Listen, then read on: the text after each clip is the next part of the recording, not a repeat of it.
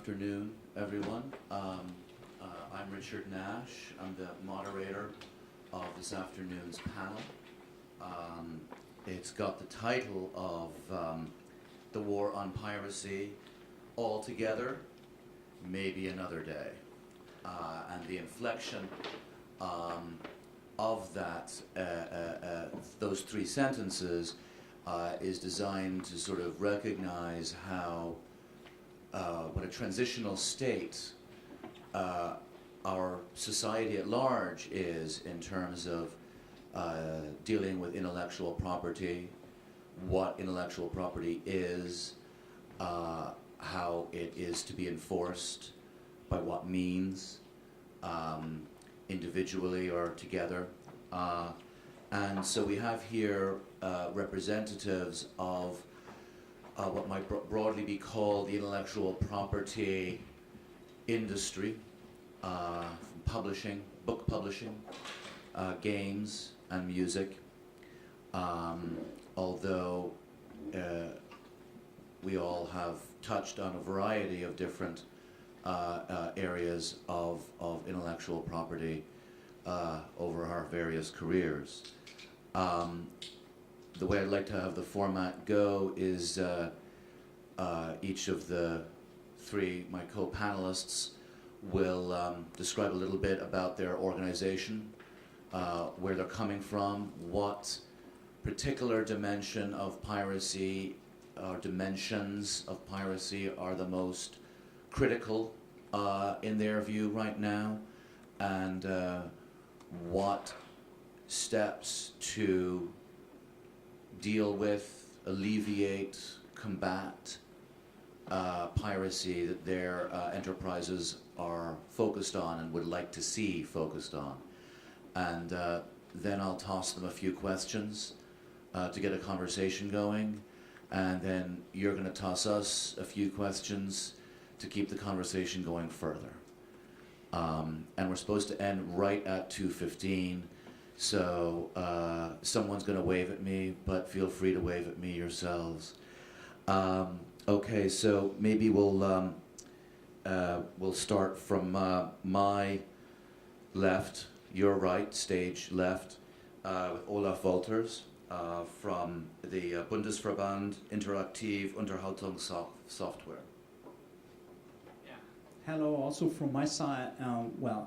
Olaf Wolters from the BIU, which is the trade association for the games industry in Germany, but I'm also in charge of the GVU, which is the Gesellschaft zur Verfolgung von Urheberrechtsverletzungen, which is an anti-piracy organization doing anti-piracy work for the movie industry and the games industry since '86, actually. So, my part is here to speak for the games and for the movie industry, and of course in particular also we are also in charge for the music industry, for instance, who is also a member of our anti-piracy organization, and we are more focusing on enforcement, of course. The GVU is investigating infringements of copyrights, for instance, and is filing charges against companies like RapidShare, for instance, and where we try to fight anti-piracy on the German level, actually.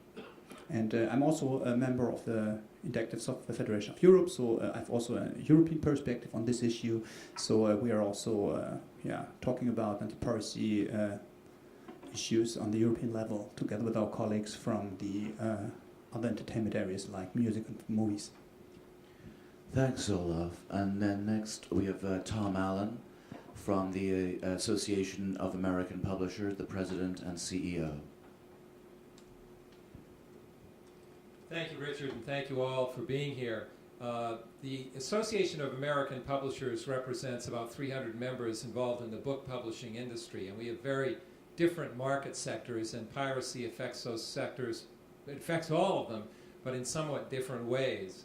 The four major market sectors are: one is professional and scholarly publishing, mostly journals.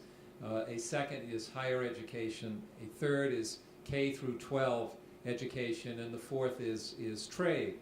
And I would say that the way that piracy affects the industry as a whole pretty much moves in that area. The professional and scholarly journals are probably the first to be affected by piracy, have been over time, because that information is so valuable. Second, the problem arises in the higher ed area. It trickles over to K through 12, but it also is likely to be more and more of a problem with the trade industry because of electronic readers. The transition to digital has enormous opportunity for book publishers, because the chance to reach millions of more people, the chance that people will actually do impulse buying while they're sitting at their computer, the opportunity of delivering exciting new materials that will transform the whole educational experience, all of these mean for the publishing industry that there's a chance to dramatically expand what we do, the people we reach, and the quality of our materials. On the other hand, it also makes it easier for pirates, one way or another, to take copyrighted material and get a hold of it and distribute it. And I would say that there are several areas. We have been, a particular problem is what we call rogue websites. And on these sites, pirated material is uploaded, and then whatever the market model may be, downloaded for free by those who want to go there. The frustration we've had with that type of piracy is that often around the rogue website is advertising by legitimate companies, ability to buy materials or buy content with reputable credit card companies, and of course the ISPs are engaged from our point of view, helping encourage theft or piracy of a proprietary material. There is legislation now. Let me give you one thing that several of our publishers did as part of together, was to bring a lawsuit, and Alexander is well aware of, a lawsuit in Germany against RapidShare, and with about 140 books, they were able to get an injunction against RapidShare. We are also working in the U.S. right now to try to deal with hopefully some new legislation that would give authority to the U.S.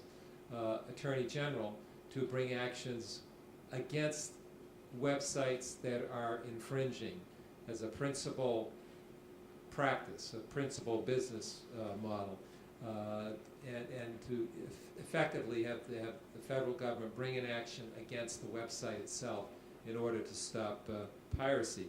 That gives you a sense. We operate with enforcement around in the U.S., in China, around the world where we think we need to be. We also try to affect policy changes at particularly the federal level, but also at the state level. And we are encouraged by the potential for new legislation in the United States. I think that's long enough, and I'm sure we'll come back to some of these issues in a bit. Absolutely, thanks, Tom.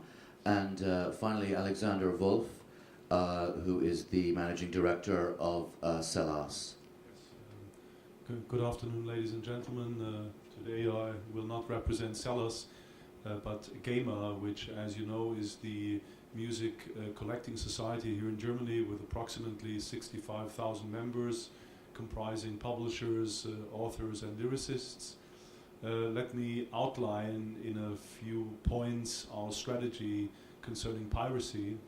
Approximately 3 to 4 years ago, we changed our strategy concerning the fight against piracy. Our first strategy point is that we are not focusing on end consumers. There are tendencies in the music industry to take enforcement measures against individual end consumers. We do not follow that. We think that moving against service providers, access providers, host providers like RapidShare is the right way forward. We should not focus on end consumer. Secondly, we are offering those companies against which we take enforcement measures, we always offer them licensing contracts. So we are always ready to talk. We are studying the business models of these companies. Also, pirates have business models and make quite interesting amounts of money. So we offer them a licensing contract, and if they disagree and if we can't come to conclusions, then we open the legal cases. So far we have been very successful. We have won up to 40 cases in the past 2 to 3 years. We have started last year a very political proceeding against German Telecom and against German Telecom as access provider because we are very dissatisfied with the legal framework in Europe and in Germany, mainly the directive from the EU Commission from 2001, which in our opinion does not give sufficient protection to the right holders in every field of entertainment, whether it's book publishing, whether it's music, whether it's cinema. It just doesn't fulfill our needs. So this is the framework within which we operate. Third point, we are very much open and interested in coalitions, not only in Germany, but also in Europe, and definitely also on a global basis with anybody who is interested to share our strategy. Unfortunately, I have to say that in the music business, we have not been able to come together, for example, with the major labels who, at least in the past, have followed a different strategy, which was more focused on end consumer enforcement. We have had negotiations with the film industry, which is also not very easy because they sometimes follow a different strategy, because they have different economic goals, and they tend to have a different relation to pirates than the music industry. We are very successful, and I'm happy that Alan is here, in a cooperation with the book publishers, especially the American book publishers. We have done legal proceedings, successful legal proceedings together against RapidShare. They have been very successful, we have been very successful, and we try to extend that cooperation to other fields. So this is very briefly our strategy. To summarize, we are open for licenses as every licensing entity is open to sell its rights. We are not interested in pursuing grandmas or little children. We don't move against the end consumer. We are moving against the big networks and the big pirates, which are not ready to come to the table and negotiate and try to find a solution which is workable for everybody. Thank you. Thank you very much, Alexander. Perhaps I could actually start the panel level conversation by asking you if you might to amplify a comment you made about how the film industry has a different business model, different economic relationship to piracy. Could you describe a little bit what you meant by that? Yes. It is, well, you never stop learning, isn't it? So we have